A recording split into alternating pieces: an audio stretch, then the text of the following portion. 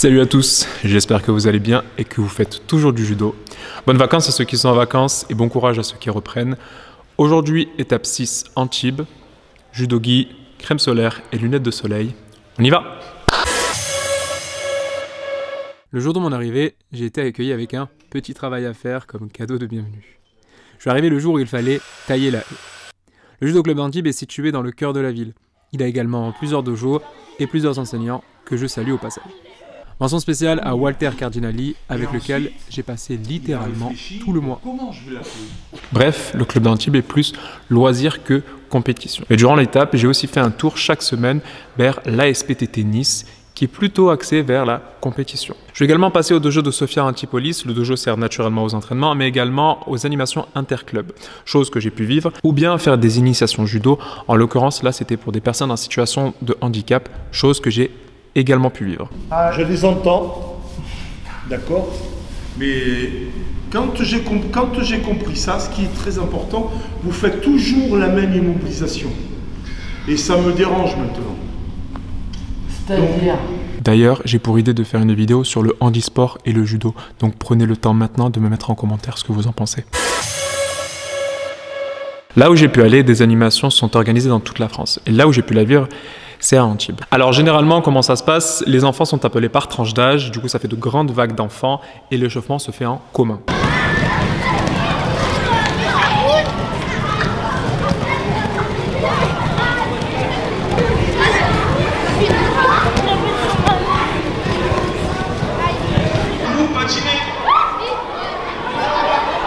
Fallait pas qu'ils partent, ils sont partis quand même.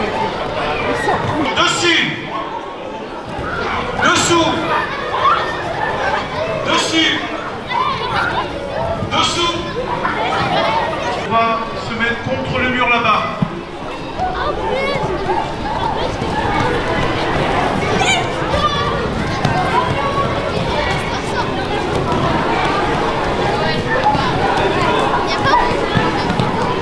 Une fois l'échauffement fait, la compétition, l'animation commence pour les enfants. Alors il faut savoir que pour les enfants, c'est le moment de mettre en pratique tout ce que leur enseignant leur a appris. Que ce soit du judo debout, au sol, etc. C'est également pour eux les premières fois qu'ils vivent les règles du judo en vrai.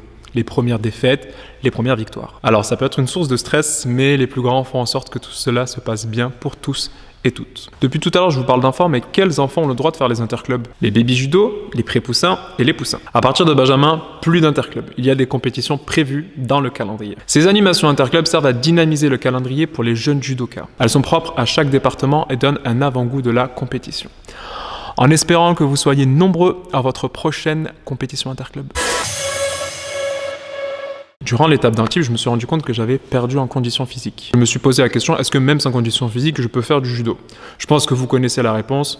Non. Quand je parle de condition physique, je parle également de ce qui est musculaire, cardio, mais aussi souplesse. Alors j'ai fait la rencontre de Josie qui fait des cours de gym au dojo d'Antibes. D'ailleurs, vu que je dormais là-bas, c'est déjà arrivé que ce soit elle qui me réveille. Ces cours de gym se rapprochent beaucoup de ce qu'est le taïso en réalité. Le taïso, comme la gym, évolue avec la personne. Disons qu'à 20, 30 et même des fois 40 ans, ce sera plus axé vers la compétition et la performance. Passé cet âge-là, ce sera plutôt pour se maintenir, évidemment, selon comment on se positionne.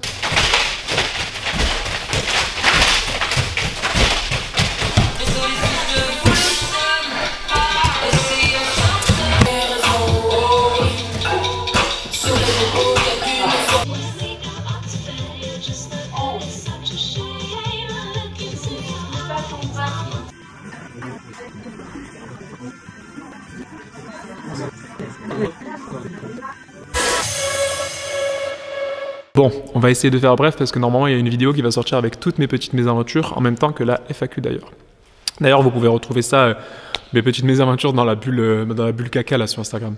D'ailleurs, je vous dis de me suivre sur YouTube, pensez à le faire sur Instagram. Bref, alors j'avais demandé aux élèves de faire 7 exercices et comme vous le voyez, ben, ils étaient 3. Enfin, il faut être 3. Étant donné qu'on n'était pas nombreux, ils étaient même 2. J'ai décidé de d'être la personne qui attrape derrière. Du coup, il y a 2 hookés et un tori. Le tori, c'est celui qui va exécuter la prise. Et les 2 hookés, il y en a un qui prend la prise, qui le prend vraiment, et le deuxième hooké va retenir. J'étais la personne qui retient. D'accord ? Vous vous rendez bien compte que on y va à fond quand on fait cet exercice. Le but, c'est d'aller à fond et d'exploser, de lâcher au dernier moment. J'avais demandé à l'élève d'y aller à fond et de faire une prise avant. Et il a fait Osotogari, qui est une prise arrière. Je me suis pris son front en plein nez. Je vous avoue que la nuit n'a pas été douce. On en reparlera dans une petite vidéo, mais c'était fun. J'espère que la vidéo vous a plu. Je pense vous l'avoir déjà dit, mais pensez à vous abonner un peu partout. Instagram, TikTok, non pas TikTok, j'ai pas TikTok, mais YouTube. D'ici là, portez-vous bien. On se dit à bientôt dans les dojos. Et ne ratez pas la dernière étape, Gap. Et là où j'ai pu la vivre, c'est fut à Antibes. C'était, pourquoi ce fut? Pourquoi j'invente des... sur le handisport et le judo? Et le jido. Et le jido. Ce que tu as à dire, de venir à tous les judokas et tous les judokates, n'hésitez pas. Voilà. Et c'est Apollinaire qui a fait sortir. Là, je rigole. Il veut rentrer dans ma tête, je suis choqué, j'imaginais. Ça fait 2 heures, on a fait un tour. Bah voilà, c'est ce que j'avais demandé, ça fait 2 heures. 2 heures de course et un tour. Bon, on en est où? T'es fatigué? Non, T'en non, peux pas plus? encore. Non, pas encore. Non, pas On en encore. reparle dans 2 heures. C'est ça.